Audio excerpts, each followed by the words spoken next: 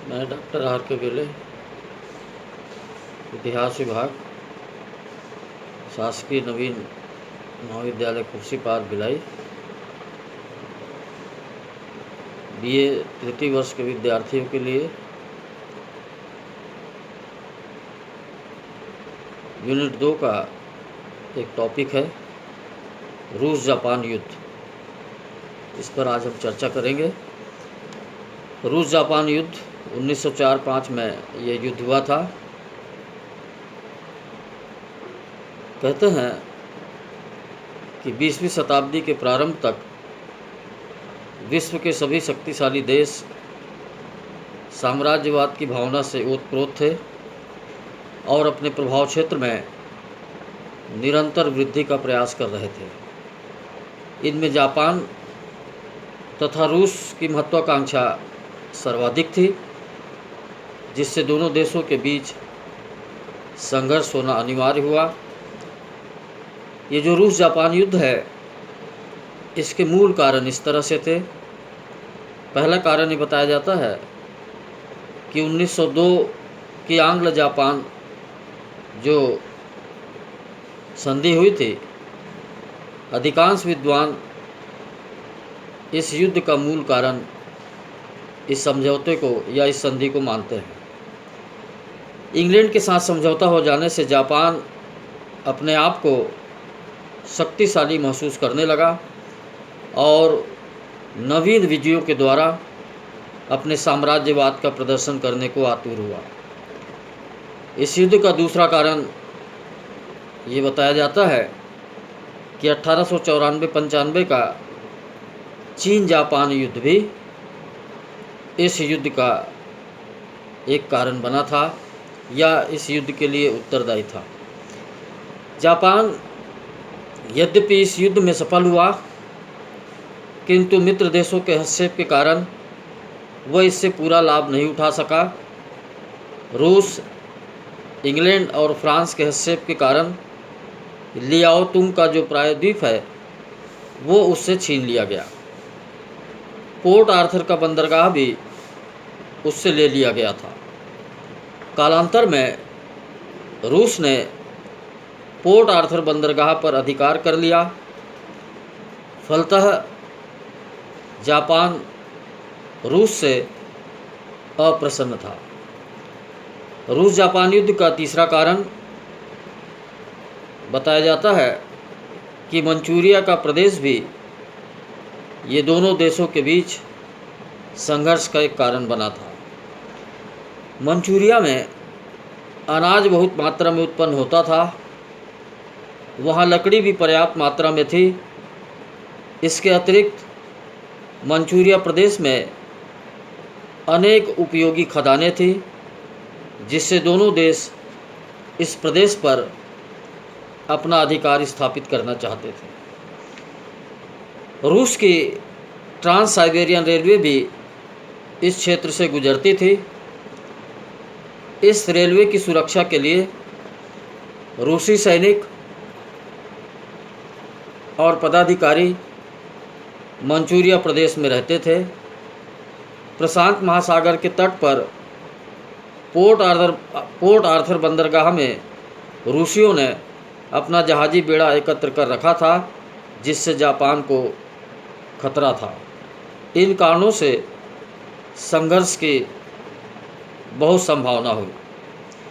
रूस जापान युद्ध का चौथा कारण कोरिया पर रूस तथा जापान दोनों ही अपना प्रभाव स्थापित करना चाहते थे। कोरिया प्रदेश में परस्पर विरोधी स्वार्थ के कारण दोनों देशों में संघर्ष की संभावना जो है वो बढ़ने लगी।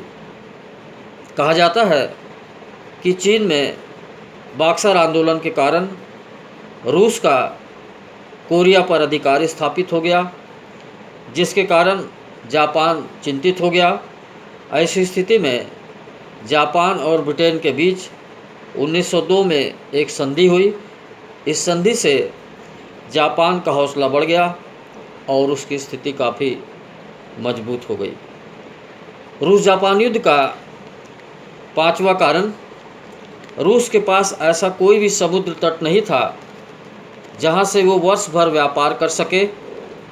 उसका उत्तरी और पश्चिमी समुद्र तट ठंड में बर्फ से ढका रहता था, अतः वह प्रशांत महासागर पर अधिकार करके सुरक्षित समुद्र तट प्राप्त करना चाहता था।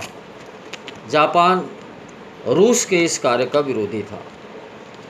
रूस जापान युद्ध का छठवां कारण व्यापारिक समुद्री तट की प्राप्ति के लिए ही रूस ने 1854-56 में क्रीमिया के युद्ध में भाग लिया था, किंतु अपने उद्देश्य की पूर्ति की प्राप्ति में वो असफल रहा।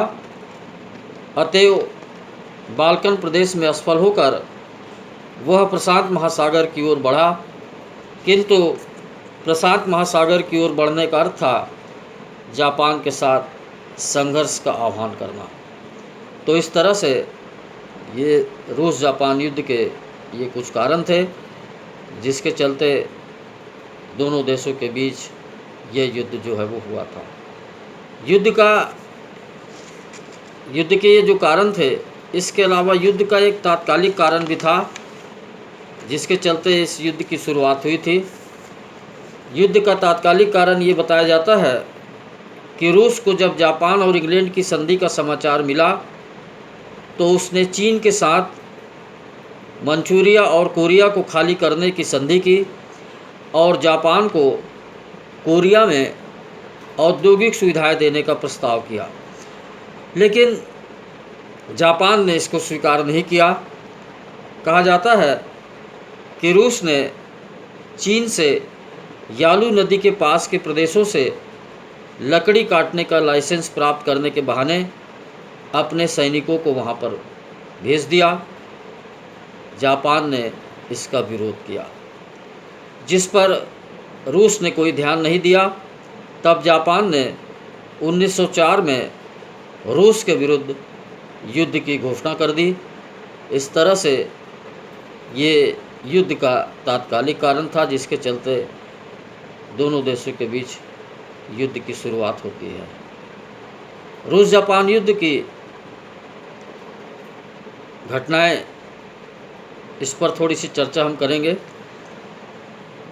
युद्ध की जो घटनाएं थी, कहते हैं कि इस युद्ध का प्रारंभ एक अत्यंत साधारण घटना से हुआ था। बताया जाता है कि एक दिन कोरिया प्रदेश में यालू नदी के तट पर कुछ रूसी सैनिक लकड़ी काट रहे थे। किसी साधारण सी बात पर जापानी सैनिकों के साथ उनका झगड़ा हो गया, जिसमें कुछ रूसी सैनिक मारे गए। इससे रूस ने कोरिया प्रदेश में अपनी सेनाएं भेज दी, जिसका जापान ने विरोध किया और अंत में जापान ने रूस के विरुद्ध युद्ध की घोषणा कर दी। कहा जाता है कि युद्ध के समय रूस के यातायात के साधन खराब थे और उसका सैनिक संगठन भी काफ़ी कमज़ोर था, जबकि जापान ने चीन से प्राप्त हर्जाने की रकम से अपना सैनिक संगठन काफ़ी अच्छा कर लिया था। युद्ध के पूर्व ही जापान के गुप्तचरों ने मंचूरिया और कोरिया की सभी सूचनाएं जापान को भेज दी थी।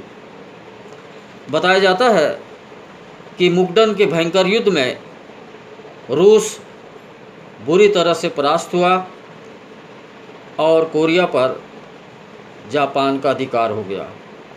कहते हैं कि मुकडन के युद्ध के पहले रूसी जहाजी बेड़ा जिस समय बाल्टिक सागर से गुजर रहा था, जापानी बेड़े ने उस पर आक्रमण करके उस पर विजय प्राप्त कर ली। 1 जनवरी 1905 की ये घटना है और पोर्ट आर्थर बंदरगाह को अपने अधिकार में कर लिया। मुकडन के युद्ध का वर्णन करते हुए एस के शर्मा ने लिखा है,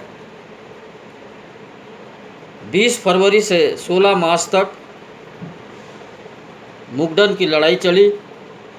अंत में जापान का मुगडन पर अधिकार स्थापित हो गया। मुगडन के युद्ध में 1,50,000 रूसी और 50,000 जापानी काम आए। इस प्रकार मुगडन के युद्ध में रूस जापान से बुरी तरह से पराजित हुआ।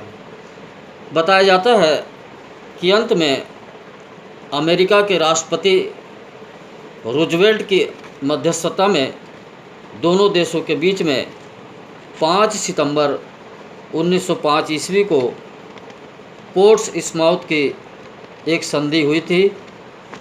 पोर्ट्समाउथ अमेरिका का एक स्थान है, यहीं पर ये संधि हुई थी। इस संधि के अनुसार जो बातें तय हुई वो इस तरह से है। पहली बात, कोरिया पर जापान का प्रभाव स्वीकार कर लिया गया। दूसरी बात, रूस ने मंचूरिया का प्रदेश खाली करने का वादा किया। तीसरी बात, इस संधि के फलस्वरूप जापान को लियाओतुंग का द्वीप, पोर्ट आर्थर बंदरगाह और सखालिन द्वीप का दक्षिणी भाग प्राप्त हुआ। तो इस तरह से ये पोर्ट्समाउथ की संधि की ये कुछ बातें थी, कुछ शर्तें थी। ये जो रूस जापान युद्ध है जो 1904-05 में लड़ा गया था, इस युद्ध के क्या प्रभाव या परिणाम रहे इसको हम देखते हैं। युद्ध का प्रभाव, पहला प्रभाव या परिणाम ये था रूस जापान युद्ध का कि यह युद्ध विश्व के निर्णायक युद्धों में से एक था। इसके परिणाम स्वरूप विश्व की महाशक्तियों में एक अन्य शक्ति का उदय हुआ। जापान शक्तिशाली राष्ट्र हो गया तथा साम्राज्यवादी देशों में उसकी गणना होने लगी। दूसरा प्रभाव या परिणाम ये था, जापान एशिया के देशों का नेता माना जाने लगा। वह एशिया के पिछड़े देशों के लिए आदर्श बन गया। भारत के स्वतंत्रता संग्राम को इस युद्ध से काफ़ी प्रोत्साहन मिला। इसी युद्ध के फलस्वरूप चीन में बॉक्सर आंदोलन प्रारंभ हुआ था और कालांतर में वहाँ पर जनतंत्रात्मक शासन की स्थापना हुई। तीसरा परिणाम या प्रभाव ये था इस युद्ध का कि रूस जापान युद्ध ने रूस के जार सम्राटों और उसके सैनिक शक्ति का खोखलापन स्पष्ट कर दिया। जापान जैसे छोटे देश से रूस की रक्षा करने में असमर्थ जार सम्राट का विरोध होने लगा। फलतः 1905 में जार सम्राट के विरुद्ध रूस में क्रांति जो है वो हुई। चौथा परिणाम या प्रभाव ये था इस युद्ध का, कोरिया जापान के प्रभाव क्षेत्र में मान लिया गया। 1910 में जापान ने उस पर अपना अधिकार स्थापित कर दिया। पांचवा प्रभाव या परिणाम, इस युद्ध के बाद मंचूरिया की समस्या का समाधान नहीं हुआ।